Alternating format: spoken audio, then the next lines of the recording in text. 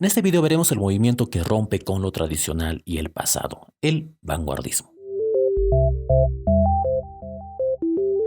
En el siglo XX se desencadena la Primera Guerra Mundial y la humanidad se cuestiona el aparente progreso. El capitalismo genera la idea de deshumanización y las ideas socialistas con la crítica a la economía de Marx provocan el surgimiento de la Unión Soviética. En esta etapa se desarrolla la psicología con el subconsciente freudiano, el cine, los nuevos medios de transporte, la industrialización y la tecnología que permiten vislumbrar nuevas formas de entender la realidad y al ser humano. Con esta vorágine de cambios surgen varias formas de expresión o vanguardias que rechazan lo que ya estaba establecido o lo tradicional. El vanguardismo es por tanto un grupo de escuelas artísticas que rompen con el canon tradicional. Se presenta una ruptura con el pasado, se busca lo nuevo, se experimenta con el arte. Eventualmente se desvanecen los límites entre las artes, así la pintura se mezclaba con la literatura o la danza con el teatro.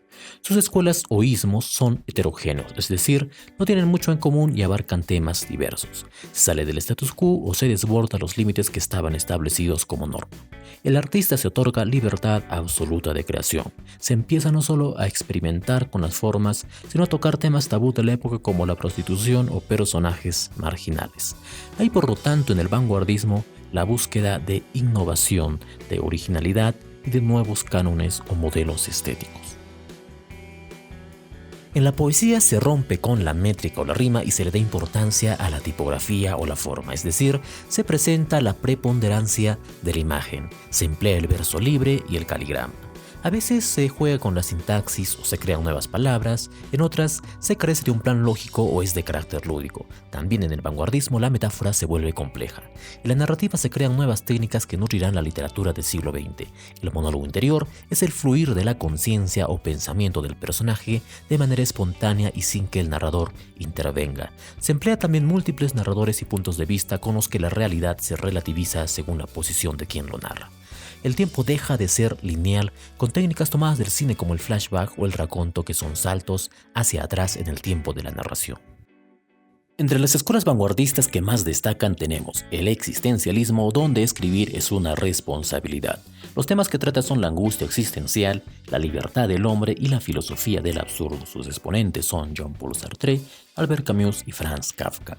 El expresionismo, que es la manifestación de los sentimientos y sensaciones, surge en Alemania y es subjetiva e íntima. Sus temas son la soledad, la miseria, el absurdo, la angustia y la naturaleza del ser humano. En la literatura sus exponentes son Franz Kafka, James Joyce y Thomas Mann. El surrealismo surge en Francia inspirado en Freud. Se trata de llevar imágenes oníricas o del subconsciente al arte, sin control racional. Se emplea la escritura automática, que consiste en coger un lápiz y papel y empezar a escribir dejando fluir libremente los pensamientos. Su exponente literario es André Breton. El cubismo se aleja de la representación literal de la realidad. Fue un movimiento plástico que surgió en Francia en el que se utilizan las figuras geométricas. Se presentan múltiples puntos de vista del mismo objeto. En la literatura destaca el poeta francés Guillaume Apollinaire, quien utiliza el caligrama. Este es un poema cuyas palabras forman una imagen visual. El dadaísmo surge en Suiza y consiste en ir en contra de toda lógica. Se utiliza el azar. Es antiartístico y propugna la total libertad. En literatura suele ser una sucesión de palabras y sonidos sin lógica, denominado gitanjáfora. La causa de esta actitud fue la pérdida de sentido que trajo la Primera Guerra Mundial. El representante de este movimiento es Tristan Tzar. El futurismo fue fundado en Italia por Marinetti. Se rechaza el pasado, principalmente a los museos, y se exalta a la máquina como el máximo exponente de la belleza, aludiendo a la tecnología y la velocidad. El ultraísmo aparece como reacción al modernismo. Tuvo auge en España y América, y en literatura va en contra de las reglas y desarrolla el verso libre. El impresionismo busca el paisaje y la naturaleza y utiliza el color como poder expresivo. Destaca principalmente en la pintura.